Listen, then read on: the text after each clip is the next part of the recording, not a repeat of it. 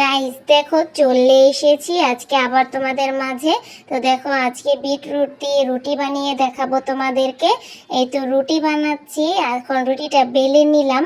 আগে থেকেই আমি রুটির আটাটা গুলে নিয়েছি। তো দেখো বিটরুট দিয়ে গুলিয়েছি, কি সুন্দর একটা কালার হয়েছে। এখন দেখো রুটিটা আমি তাওয়াতে দিয়ে দিলাম। তো ওই রুটিটা হতে হতে আরেকটা রুটি বেলে নিলাম। তো ওই রুটিটা তাওয়াতে একটু তাপ কম ছিল, পরে আবার চুলাটা ভালো করে জ্বালিয়ে দিলাম। তো এখন রুটিটা প্রায় হয়ে এসেছে, দেখতে থাকো, ভিডিওটা ভালো লাগবে।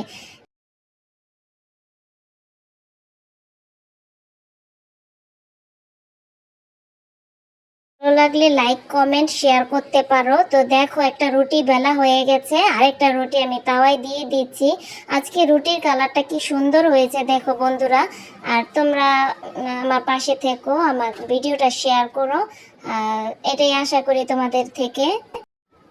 তো দেখো রুটিগুলো এত সুন্দর হয়েছে। আমি কিন্তু রুটিতে লবণ দিতে ভুলে গেছি, সমস্যা নেই, রুটি খাওয়ার সময় একটু লবণ দিয়ে খেলেই হবে, তাহলে যথেষ্ট হবে। তা দেখো আজকে এই রুটিটাও হয়ে গেছে। এই রুটিটার কালার বেশি একটা ভালো আসেনি, তবে দেখো খুব সুন্দর হয়েছে। আজকের ভিডিওটা এখানেই থাক, আল্লাহ হাফিজ।